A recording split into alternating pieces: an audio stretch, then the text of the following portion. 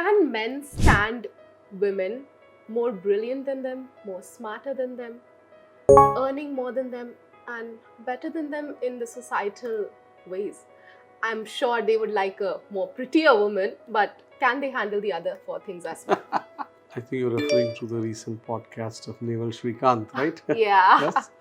I think I have not heard that part myself, but I think someone did tell me that I think there was a controversial thing.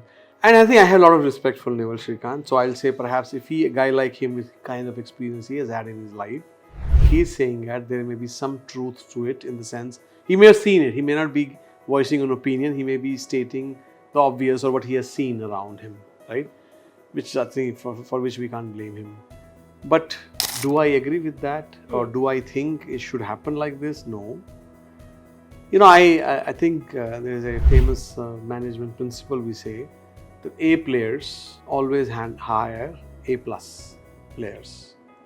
When a guy is really good in his profession, the people we would hire around him would be better than him. A guys hire A plus, B guys hire C guys. Oh, right? That's and of course C guys, maybe D, E, F or something. Because it's a matter of security.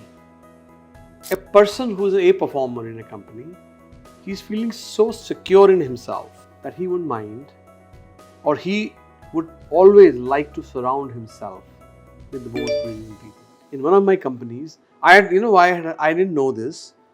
In one of my startups, I hired guys who had a lot more or lot better experience than I had.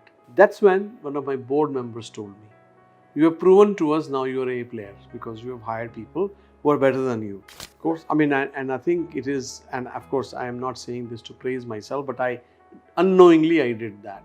But I have also come across many situations, or I may have also done it at times, in a situation, in a profession where I was not fitting in very well, meaning for example, I did a company, next company, which was an internet security company. And in internet security company, perhaps I was B guy, because that's not my field. So I perhaps hired guys who were C guys, because that company didn't succeed. So I can perhaps relate to that maybe I lived through both. Wow. That's an amazing case study. But I'll go back to the personal relationship. Obviously in a husband-wife scenario, things may not be same as they're in the work environment, because in work environment, still the person is going to report to you. Yeah. You hire A plus guy, but he's still going to listen to you, right? Absolutely. Hopefully, or he'll at least present to you options, and then he may not like if you don't take any of those options. Now, in case of your spouse, it may not be the case, right? And I can see that it may happen, though I don't agree with it. Now, for me, the time has passed.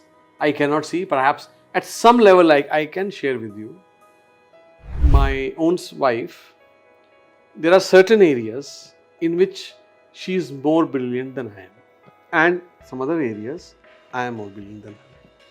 So how we have lived all these 35, I should say correct number, otherwise I'll be dinged, right? Right. So 2024, 92, so 32 years, right?